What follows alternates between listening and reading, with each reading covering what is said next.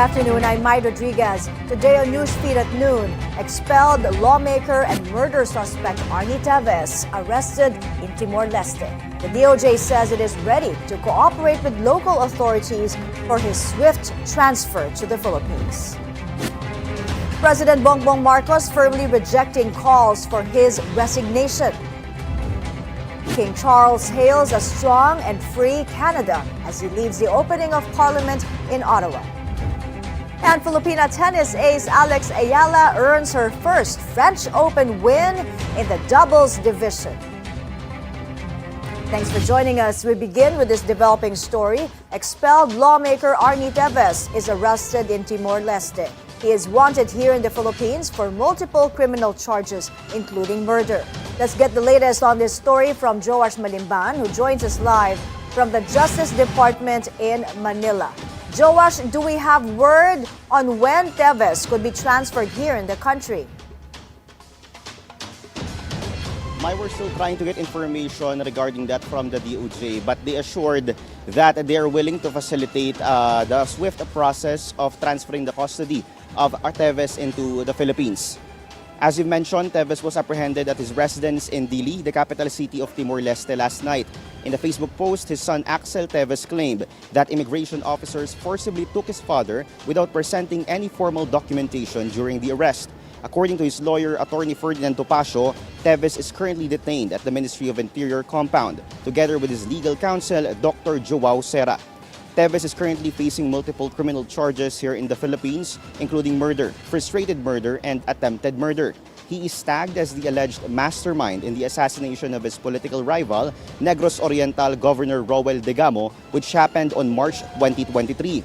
In a separate Facebook post, Governor Degamo's widow, Congresswoman-elect Janice Degamo, expressed belief that Teves was arrested due to his status as an illegal alien, although the DOJ has yet to confirm this. This comes after the Department of Foreign Affairs confirmed in March last year that Teves' passport had already been cancelled. However, earlier this year, Timor-Leste rejected the Philippine government's extradition request. According to a ruling from the Timor-Leste Court of Appeals, returning Teves to the Philippines could expose him to torture and other inhumane, degrading, or cruel treatment.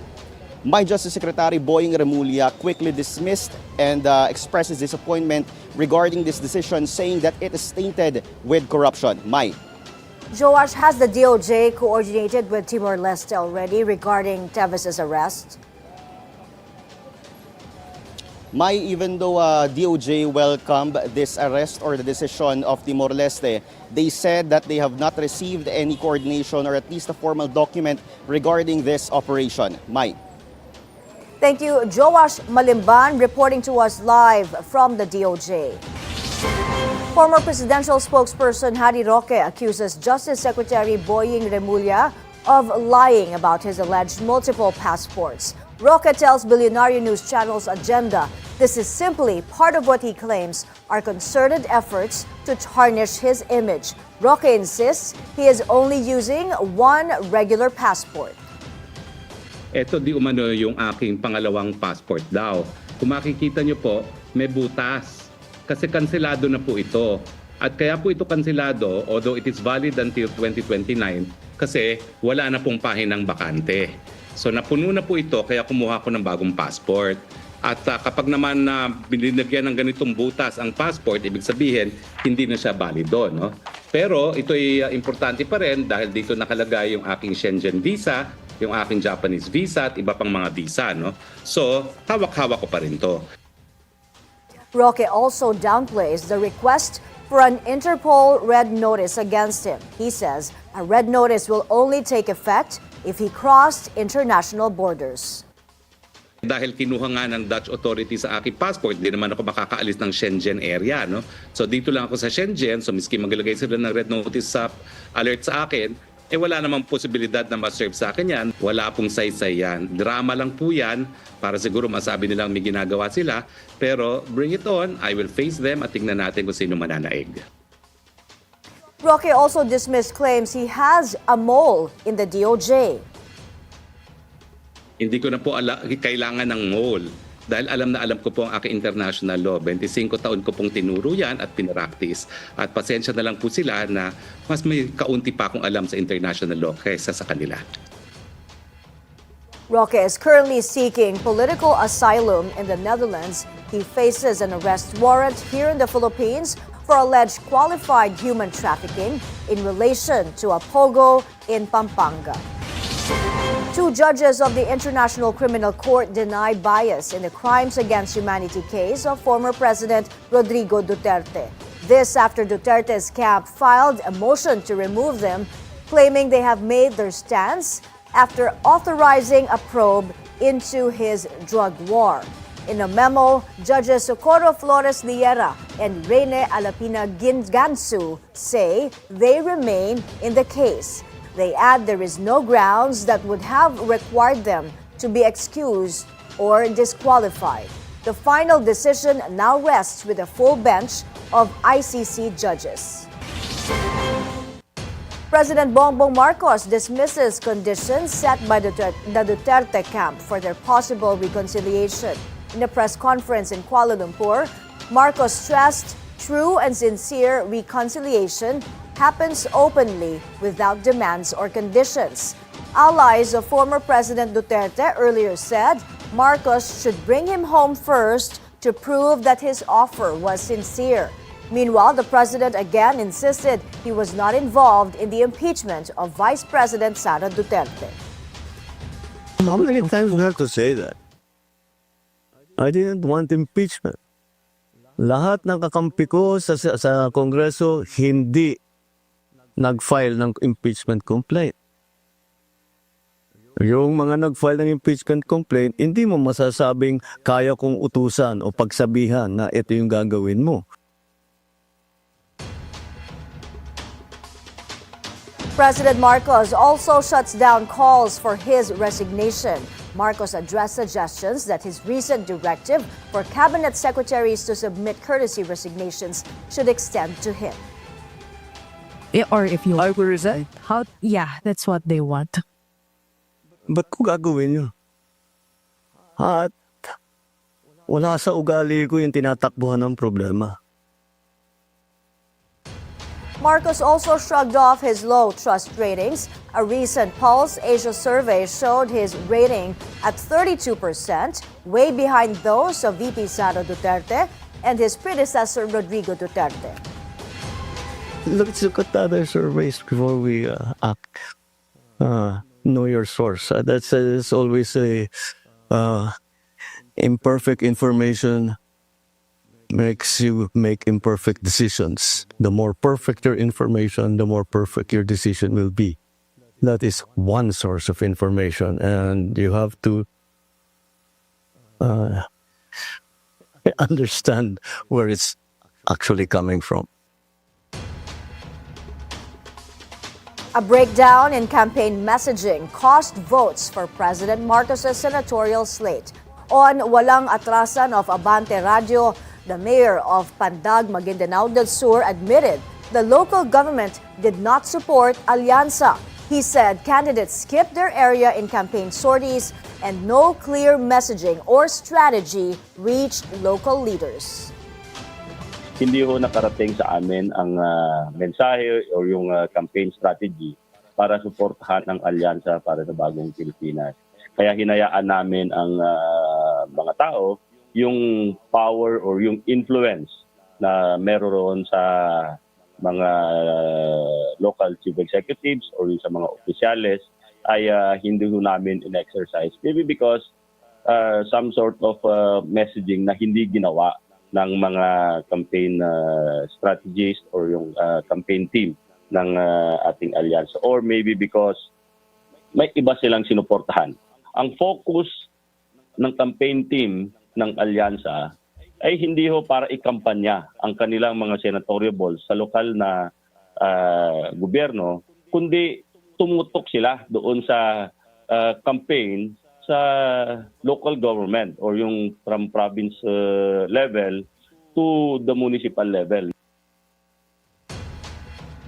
On Billionaire News channels at the forefront, former Senate President Franklin Drilon seemed to echo those statements.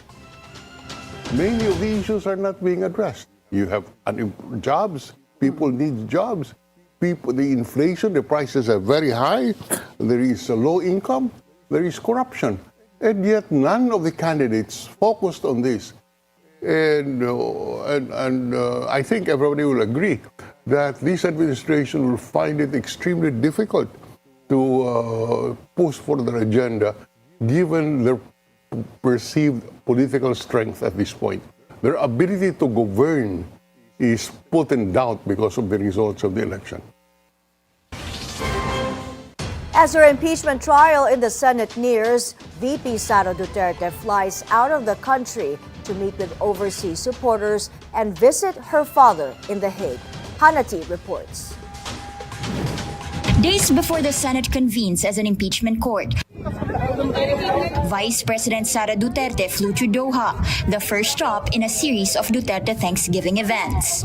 Despite the 50-degree heat, Filipinos packed the Our Lady of the Rosary Church for a Thanksgiving Mass with the Vice President. VP Sara earlier said OFW votes made a huge contribution to her 2022 vice presidential win. The Villaggio Mall then saw a pack of OFWs following the VP with her mother Elizabeth Zimmerman and Senator Amy Marcos, who said she was invited to a gathering of Filipino community and was pleased to see the Dutertes. Their strong friendship was seen in the midterm campaign when VP Sara backed the presidential sister, even after the latter left PBBM's senatorial slate. After Qatar, the VP is set to visit the Netherlands to meet former President Rodrigo Duterte on May 30, then again on June 2 and 3, the very dates the Senate will formally convene as an impeachment court. On her birthday, May 31, she will join a peaceful gathering outside the detention center, a personal show of support for her father, who faces crimes against humanity charges over the drug war. And while she's abroad, summons from the senator judges may already be underway. Her return to the country is set for June 4, just a day after the impeachment court is expected to begin moving forward with the complaints against her. The VP will face 7 articles of impeachment, which includes constitutional violation and misuse of public funds. Hanati, Billionario News Channel. President Bongbong Marcos confirms he has chosen the next national police chief. But Marcos withheld the name, saying he has yet to formally talk to the individual. The president, however, reveals the appointee as a very senior officer in the PNP. He will replace General Romel Marbil, who is set to retire on June 7. Meanwhile, despite recent robbery incidents in BGC and Makati, Marcos claims the country has very good statistics on crime. In Metro Manila, he says, criminality has seen a significant decrease compared to last year.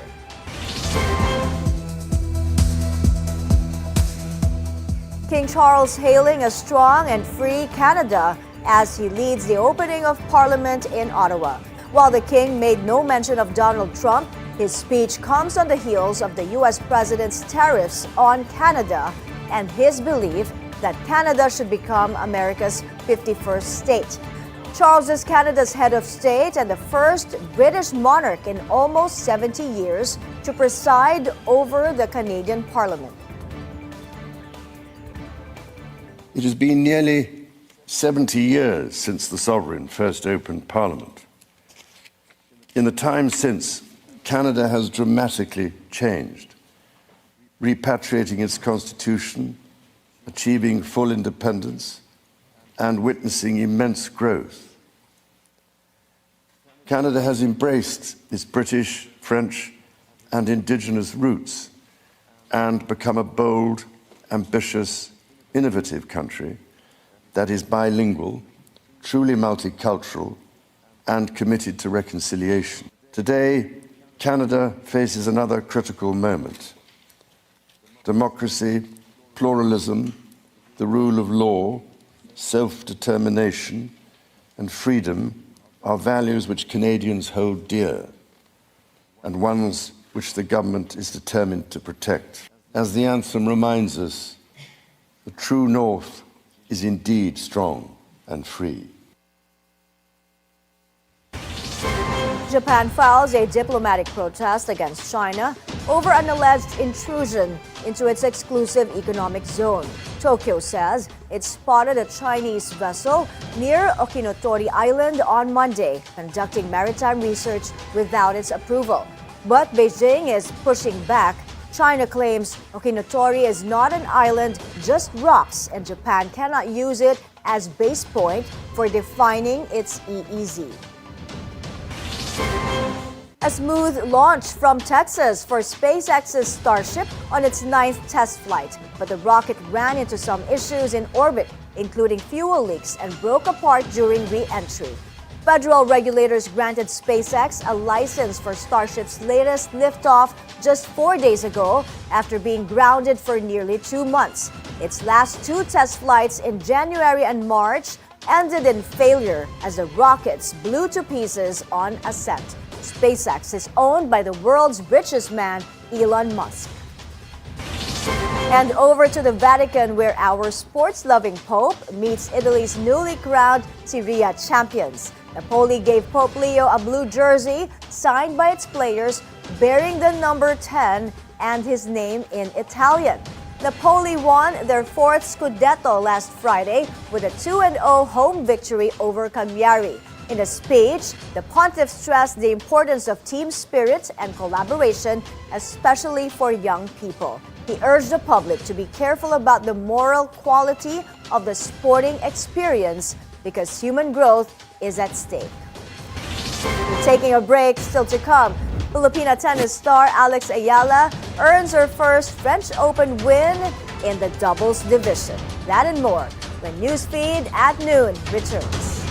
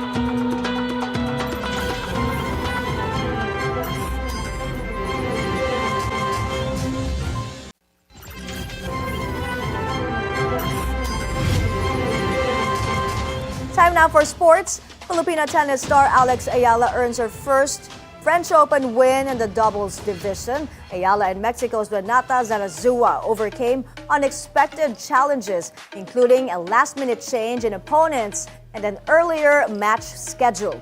Originally set to face Marta Kostyuk and Elena Gabriela Ruse, the duo instead faced Emily Appleton and Yvonne Cavale Reimers more than 12 hours ahead of schedule due to a withdrawal. Ayala and Zarazua took out their new rivals in straight sets 7-5, 6-4. They will next face Olga Danilovic and Anastasia Potapova in the second round. No rackets, no problem for American Coco Gauff in just over an hour. Well, the most important thing is to play with the racket. So that was getting through the first step. And then after that, maybe it probably relaxed me going into the match because this is just such a funny thing. Yeah, so I'm just happy to get through today, and I'll remember my rackets for next time.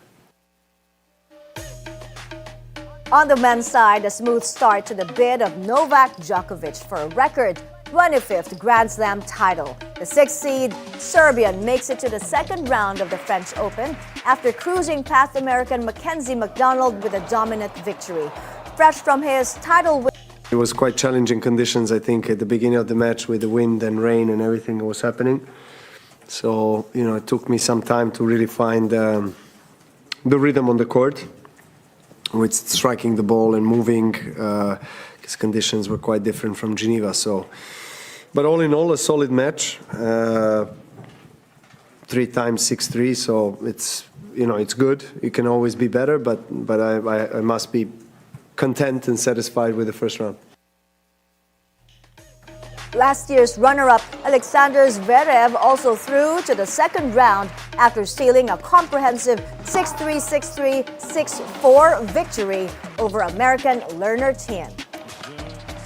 Filipino boxing legend Manny Pacquiao faces a whole lot of challenge in his upcoming comeback fight. That's according to boxing analyst Ed Tolentino. Pacquiao is now in Los Angeles gearing up for his July 19 bout against WBC welterweight champion Mario Barrios. On Billionaire News channels, It's a Beautiful Day, Tolentino says that after 4 years of inactivity, going straight for a world title at 42 years old is ambitious, though doable for the pambansang kamao. This is Manny Pacquiao trying to break history by becoming the only boxer to win the welterweight title 5 times. He's looking to break his own record, being a 4-time welterweight champion. So this is a legit contest, a legit world title fight. He's not taking on a former YouTuber. He's taking on a legitimate world champion. Although in the opinion of many, among the incumbent world champions right now in the welterweight division, they believe that Mario Barrios is the weakest in the lot. And this is the reason why they think Pacquiao can still pull it off. In entertainment, The Boy Who Lived is returning, this time on a new HBO series. The streaming platform has revealed the cast for its upcoming Harry Potter reboot. Selected from over 30,000 auditions, Dominic McLaughlin will play Harry Potter, Alistair Stout as Ron Weasley, and Arabella Stanton as Hermione Granger.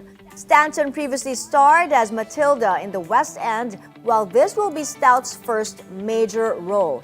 J.K. Rowling, the author of the original Harry Potter books, is one of the show's executive producers. Deadpool gets a surprising new partner in his new multiverse adventure, and it's not Wolverine. He teams up with Batman, yes, the Dark Knight himself, in the first Marvel and DC crossover in over 2 decades. This first issue, Deadpool/Batman, hits shelves in September, followed by Batman/Deadpool in November. And before we go, an ambitious matchmaker finds herself torn between the perfect match and her imperfect ex. Here's a new look at the upcoming rom-com Materialist, starring Dakota Johnson, Chris Evans, and Pedro Pascal. Lip liner, $25. Are you single? Elite matchmaking services, $50,000. I just need 5 minutes alone with her. Client wedding at the Plaza, $600,000. Hi. Bouquet of peonies, Wow. $400. Tasting menu for 2, $700. I like the way you pick up the bill. I do it really well, don't I? You do. Penthouse apartment, $12 million. You want a drink? Sure. Coke and beer. Coke and beer, $9.50. Hey, buddy. Hi, John.